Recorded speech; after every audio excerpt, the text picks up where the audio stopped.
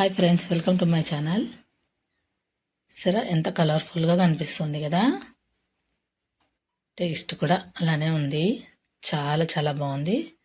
చూసారా, బయట ఇప్పుడు మనకు అన్ని కల్తీలు కాబట్టి ఇంట్లో ఇలా టేస్టీగా పిల్లలకి కర్బూజాతో ఐస్ క్రీమ్, వాటర్ మిలన్తో ఐస్ క్రీమ్. రండి వీడియోలోకి వెళ్ళిపోదాము.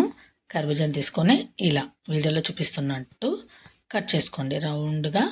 ఇప్పుడు మనం గిన్నెల పైన మూత పెడతాం కదా, అలా సేమ్ ఇలా రౌండ్గా కట్ చేసుకొని మధ్యలో ఉన్న విత్తనాలన్నీ తీసేద్దాం. స్పూన్ తీసుకొని విత్తనాలని సపరేట్ వేసుకోండి, పీల్ని సపరేట్ వేసుకోండి.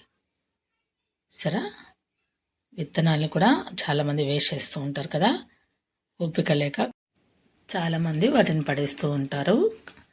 శ్రమ ఎక్కువ కాబట్టి అలా పడేయకుండా ఇలా జ్యూస్ చేసేసుకోండి. మిక్సర్ జార్లోకి వేసుకొని విత్తనాలని మాత్రమే, చూడండి నేను వేస్తున్నది హనీ వేసుకొని ఐస్ క్యూబ్స్ వేస్తున్నాను. వేసేసి ఫైన్గా మిక్సీ పట్టేద్దాం. అంతే, చూడండి మొత్తం జ్యూస్ రెడీ అయిపోయింది కదా. ఇప్పుడు స్ట్రైనర్లోకి వేసుకొని మొత్తం అంతా ఇలా నీట్గా వచ్చేదాకా స్ట్రెయిన్ చేసుకోండి. చాలా చాలా బాగుంది. ఇది కూడా విత్తనాలతో కూడా ఎలా ఉంటుందో అనుకున్నాను, కానీ టేస్ట్ అయితే అదిరిపోయింది. ఇందులోకి ఇంకాస్త హనీ వేస్తున్నాను, ఎందుకంటే స్వీట్ కొంచెం తగ్గిందని. కర్బూజా విత్తనాలు జ్యూస్ రెడీ అయిపోయింది కదా. సబ్జాలు వేసుకొని ఇలా మిక్స్ చేసుకొని దాన్ని పక్కన పెట్టేసుకోండి. ఇప్పుడు ఇంకొకటి చూసేద్దాం.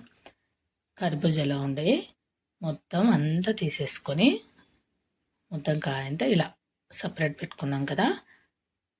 వీటిని కొన్ని చిన్న ముక్కల్ని కట్ చేసి పక్కన పెట్టుకోండి. ఇప్పుడు దీన్ని మిక్సీ పట్టేద్దాం. దీన్ని ఫుల్గా ఫైన్గా గ్రైండ్ చేసి పక్కన పెట్టుకొని 1.5 కప్పు పాలు అంటే 1/2 కప్పు పాలలో కస్టర్డ్ పౌడర్ని 3 టేబుల్ స్పూన్లు పక్కన పెట్టుకోండి. కలిపేసి తర్వాత బ్రౌన్ షుగర్ యూస్ చేస్తున్నాను నేను, మీరు నార్మల్ షుగర్ అయినా యూస్ చేయొచ్చు.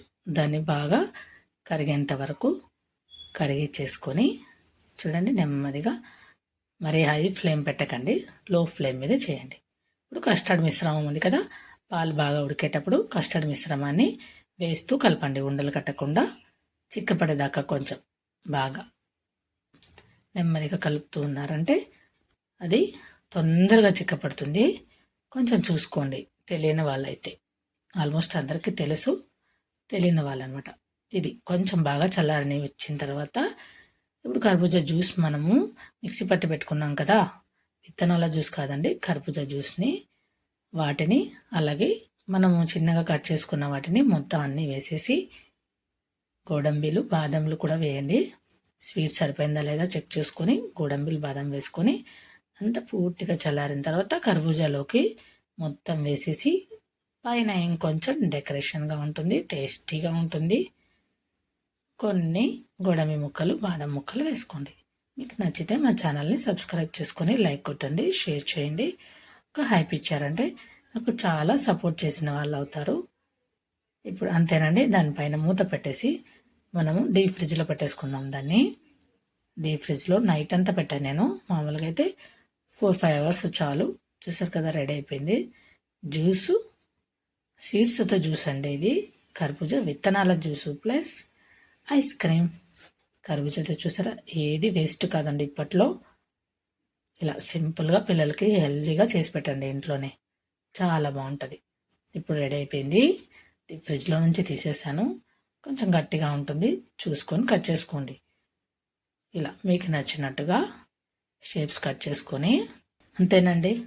కర్బూజా ఐస్ క్రీమ్ రెడీ అయిపోయింది. ఎలా ఉంది? కలర్ఫుల్గా సూపర్ ఎమ్మీ టేస్టీగా ఉంది కదా. మీకు నచ్చితే ఎలా ఉందో ట్రై చేసి కామెంట్ చేయండి. Thank you for watching.